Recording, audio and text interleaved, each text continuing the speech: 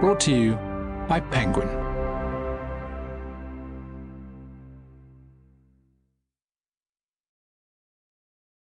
Awe, the transformative power of everyday wonder. Written and read by Dacher Keltner. For Rolf Keltner.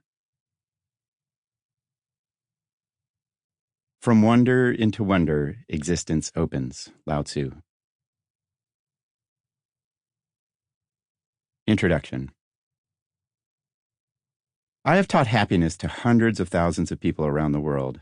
It's not obvious why I ended up doing this work. I've been a pretty wound-up, anxious person for significant chunks of my life and was thrown out of my first meditation class for laughing while we chanted, "I am a being of purple fire." Life can surprise us, though, in giving us the work we are here to do.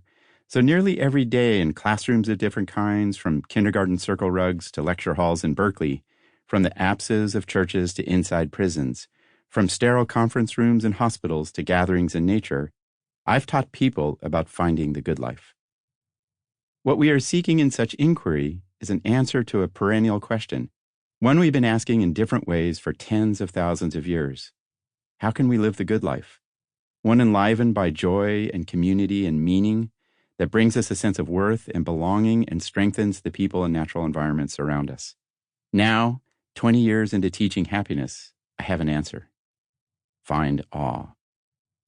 Awe is the emotion we experience when we encounter vast mysteries that we don't understand. Why would I recommend that you find happiness in an emotion that is so fleeting and evanescent? A feeling so elusive that it resists simple description, that requires the unexpected and moves us toward mystery and the unknown rather than what is certain and easy. Because we can find awe anywhere. Because doing so doesn't require money or the burning of fossil fuels or even much time. Our research suggests that just a couple of minutes a day will do.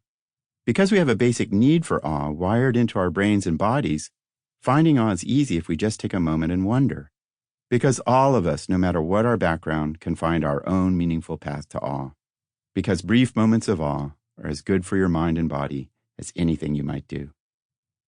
My hope for you with this book is simple. It is that you will find more awe. In the service of this aim, I will need to tell you 4 stories. The first is the new science of awe. In ways I'm beginning to understand, I was raised to study awe with the tools of science.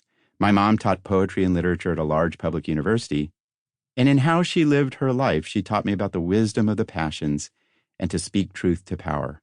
My dad painted in the horrifying and beautiful style of Francisco Goya and Francis Bacon, and suggested that life is about seeking the Tao with your Zen mind, beginner's mind.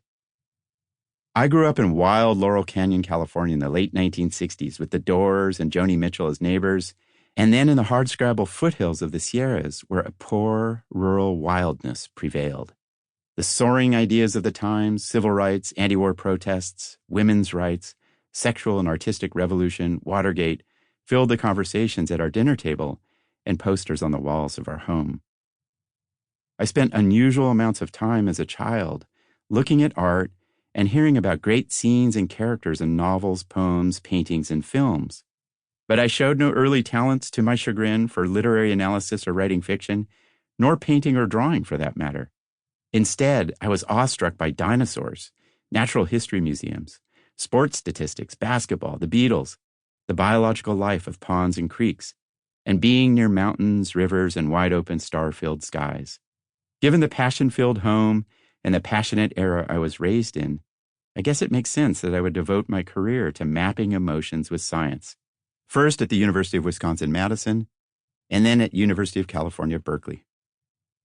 Early in my career, I spent hundreds of hours in a basement lab discerning in frame-by-frame video analysis the expressions of embarrassment and shame, fitting for the paranoid young professor that I was.